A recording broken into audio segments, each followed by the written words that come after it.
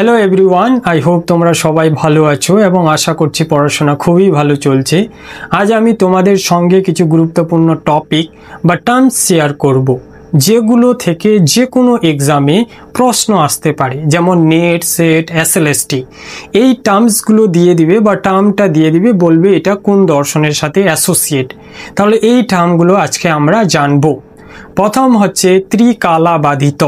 কি বললাম? ত্রিকালাবাধিত। এই টার্মটি কার সাথে অ্যাসোসিয়েট? সেটা হচ্ছে শঙ্করাচার্য অর্থাৎ অদ্বৈত বেদান্ত।